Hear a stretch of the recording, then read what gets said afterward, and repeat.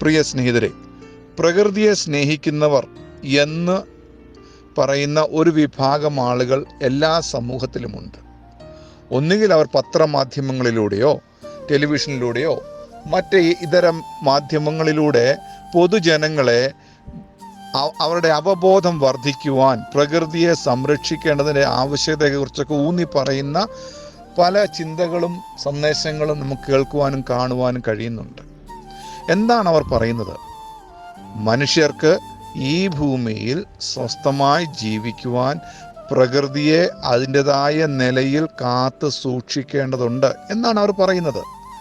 ശരിയാണ്, നമുക്കെല്ലാവരും അംഗീകരിക്കുന്ന കാര്യം. എന്നാൽ പലരും അങ്ങനെയുള്ള ആശയത്തെ കേൾക്കുന്നു, ഗ്രഹിക്കുന്നുവെങ്കിൽ പോലും നമ്മളെ കൊണ്ട് ചെയ്യാവുന്നത്, പ്രകൃതിയെ സംരക്ഷിക്കേണ്ടതിന് ചെയ്യാവുന്നത് നമ്മൾ ചെയ്യുന്നില്ല എന്നത് സത്യമല്ലേ?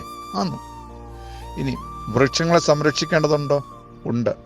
മത്സ്യങ്ങളെയും മൃഗങ്ങളെയും പക്ഷികളെയും സംരക്ഷിക്കേണ്ടതുണ്ടോ? ഉണ്ട്. അന്തരീക്ഷത്തെ സംരക്ഷിക്കേണ്ടതുണ്ടോ?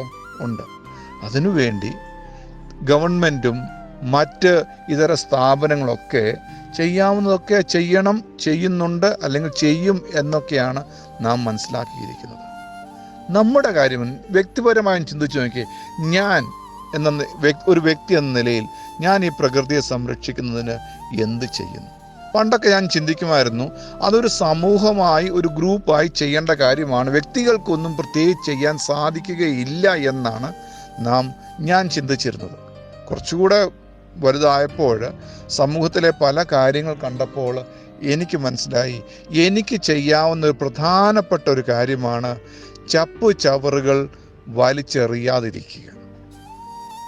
പ്രകൃതിയെ സംരക്ഷിക്കുവാൻ ഇത് നല്ലൊരു മാർഗമാണ്. ദൈവം പറയുന്നു, ഭൂമിയെ ദൈവം മനുഷ്യർക്ക് കൊടുത്തിരിക്കുന്നു എന്നാണ് വേദപുസ്തകം നമ്മളെ പഠിപ്പിക്കുന്നത്. അപ്പോൾ ഭൂമിയെ ദൈവം മനുഷ്യർ കൊടുത്തപ്പോൾ, അപ്പം ഈ ദാതാവായ ദൈവം ആഗ്രഹിക്കുന്നത് മനുഷ്യരെന്ത് ചെയ്യണം? ഈ ഭൂമിയെ ലഭിച്ചു, അതിനെ അവകാശമാക്കി, അതിൽ ജീവിക്കുന്നു, അതിനെ നിയന്ത്രിക്കുന്നു എന്ന് പറയുമ്പോൾ തന്നെ അതിനെ സൂക്ഷിച്ചു നിർത്തേണ്ടതും മനുഷ്യൻ്റെ ഉത്തരവാദിത്തമാണ്.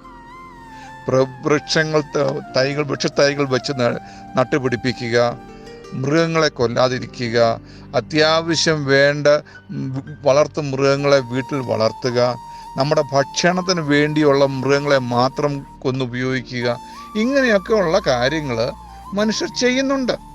എന്നാൽ ഞാൻ പറയട്ടെ, നമ്മൾക്ക് ഉത്തരവാദിത്വം അതിലും അധികമുണ്ട്. അതായത് ദൈവം നമ്മളെ ഏൽപ്പിച്ചിരിക്കുന്ന ഉത്തരവാദിത്തമാണ് പ്രകൃതിയെ സംരക്ഷിക്കുക എന്നുള്ളത്.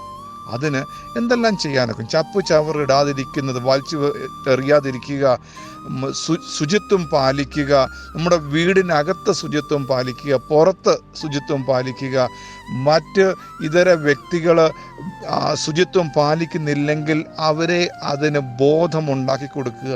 ഇങ്ങനെയൊക്കെയുള്ള കാര്യങ്ങൾ വ്യക്തിപരമായിട്ട് നമുക്ക് ചെയ്യാൻ പറ്റും. അത് ചെയ്യണം. നമ്മുടെ കുഞ്ഞുങ്ങളെ രാവിലെ സ്കൂളിൽ പോകുമ്പോൾ തലേ ദിവസം ഇട്ട് മുഷിഞ്ഞ വസ്ത്രവുമായി സ്കൂളിലേക്ക് വിടുമോ? ഇല്ലല്ലോ. എന്തുകൊണ്ട്? നമ്മൾ അവർ കൊടുക്കുന്ന സന്ദേശം മുഷിഞ്ഞ വസ്ത്രമിട്ട് അഴുക്കായി ദുർഗന്ധം വമിക്കുന്ന വസ്ത്രം ഇട്ടുകൊണ്ട് പുറത്ത് പോകരുത് എന്ന് നാം അവരെ ചെറുപ്പത്തിലേ പഠിപ്പിക്കുന്നു. അതവർ ചെയ്യുന്നുണ്ട്, വലുതാകുമ്പോഴും അത് ശ്രദ്ധിക്കുന്നുണ്ട്. എന്നാൽ ഞാൻ പറയട്ടെ, അല്പം ബോധം നഷ്ടപ്പെട്ട, സുബോധമില്ലാതെ നടക്കുന്ന ആൾക്കാർ നമ്മുടെ സമൂഹത്തിലുണ്ടല്ലോ.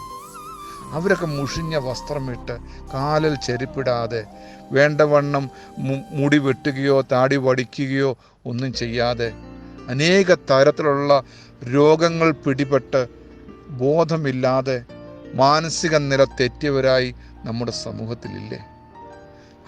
അവരൊക്കെ അങ്ങനെ ആയിത്തീർന്നതിന് കാരണം ചിന്തിച്ചിട്ടുണ്ടോ? നമ്മുടെ ബോധം, സാമാന്യ ബോധം നഷ്ടപ്പെടുന്ന ഏത് നിമിഷത്തിൽ നമുക്കും അത് സംഭവിക്കാം, എനിക്കും അത് സംഭവിക്കാം. ഒരു പ്രത്യേക രീതിയിൽ ഒരു ഇക്വിലിബ്രിയം എന്ന് ഇംഗ്ലീഷിൽ പറയും. അങ്ങനെ ഒരു ഇക്വിലിബ്രിയമിൽ എൻ്റെ മാനസിക അവസ്ഥ നിൽക്കുന്നിടത്തോളം സമയം മാത്രമേ നമുക്ക് അങ്ങനെയുള്ള ബോധത്തോടെ, സുബോധത്തോടെ എന്തെങ്കിലും ചെയ്യാം. അതിന് സുബോധം എന്ന് പറയും, നല്ല ബോധം. ഞാൻ കുറേ നാളുകൾ ഈ മാനസിക രോഗികളെ ചികിത്സിക്കുന്ന സ്ഥാപനത്തിൽ അവിടെ നടക്കുന്ന പ്രവർത്തനങ്ങളെ നേരിട്ട് കണ്ടിട്ടുണ്ട്. അവിടെയൊക്കെ അവരെങ്ങനെയെങ്കിലും അവരുടെ ബോധം മടക്കി കൊണ്ടുവരിക, അതിനുള്ള ചികിത്സകൾ കൊടുക്കുക, അങ്ങനെയുള്ളവരെ പുനരധിവസിപ്പിക്കാൻ വേണ്ട നിർദ്ദേശങ്ങൾ, മാർഗങ്ങൾ, ജീവിത രീതികൾ അവരെ പഠിപ്പിക്കുക. ഇതൊക്കെയാണ് അവർ ചെയ്യുന്നത്. അങ്ങനെയെങ്കിൽ പ്രിയമുള്ളവരെ, ഇതൊക്കെ സമൂഹം നടക്കുമ്പോൾ അത് ചെയ്യുന്നവരെ നമ്മൾ എന്ത് ചെയ്യണം? അഭിനന്ദിക്കണം, അവരെ പ്രോത്സാഹിപ്പിക്കണം. അങ്ങനെയുള്ള പ്രവർത്തനങ്ങളിൽ നമുക്ക് എന്തെങ്കിലുമൊക്കെ ചെയ്യാൻ പറ്റുമെങ്കിൽ അതിനെ വോളണ്ടറി വർക്ക് എന്ന് പറയും. വോളണ്ടറി, നമ്മൾ സ്വയമേ പോയി അങ്ങനെയുള്ള കാര്യങ്ങളിൽ പണം ലഭിക്കുവാൻ, അതിന് ശമ്പളം വേണം എന്ന് ചിന്തിക്കാതെ തന്നെ നമ്മൾ പോയി അങ്ങനെയുള്ള കാര്യങ്ങളിൽ ഏർപ്പെടുക. സമൂഹത്തിൽ അങ്ങനെ ചെയ്യുന്നവരുണ്ട്. ദൈവം നമ്മുടെ സഹജീവികളെ